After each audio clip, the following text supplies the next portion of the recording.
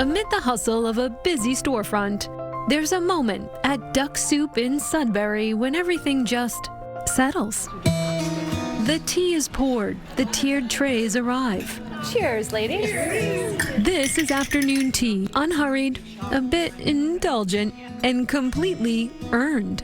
The delicate sandwiches, the golden scones, the perfect little pastries, all created by hand. Well, welcome to the British Afternoon Tea Class.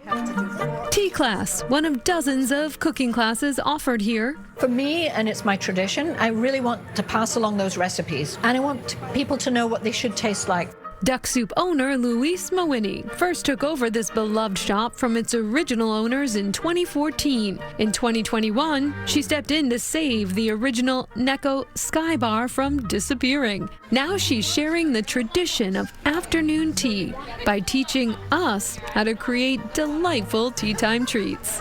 The day's menu: little cucumber sandwiches, scones with clotted cream and jam, and millionaire's shortbread.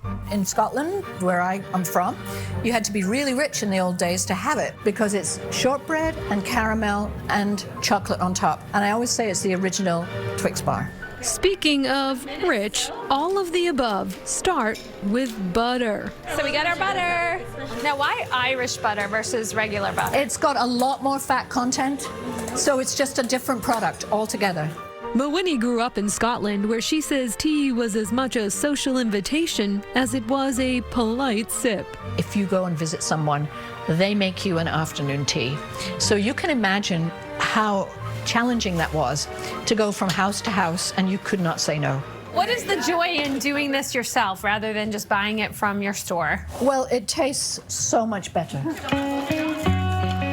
Just mix that butter in a little bit more, as fast as you can. Plus, it's a good way to burn some pre-snack calories. Some caramel crunches here. 3 minutes in, and this is hard work. It's like a little bit of a shoulder core workout. And there was laughter, connection, and a bit of nostalgia. You know what song I grew up with? Sugar, sugar, da na na na na na na, honey, honey.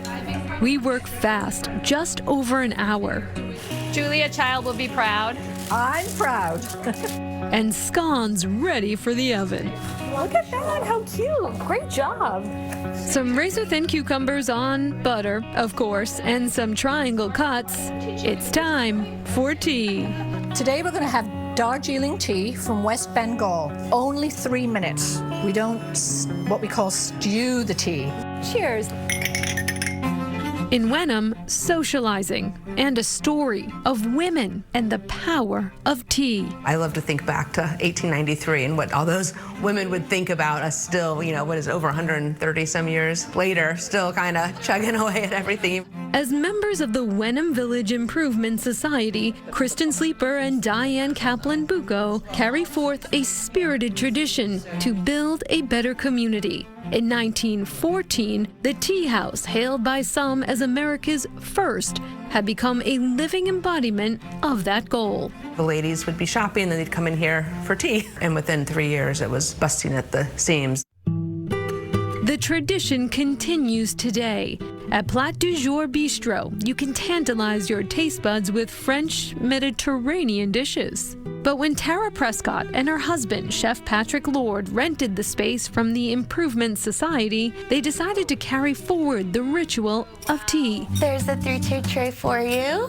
They didn't quite know tea, so they steeped themselves fully in the process. We did go and try teas all over just so that we could kind of get an idea of what everyone else was doing and the culture. It took us a while to really wrap our heads around tea. We really wanted to do it right.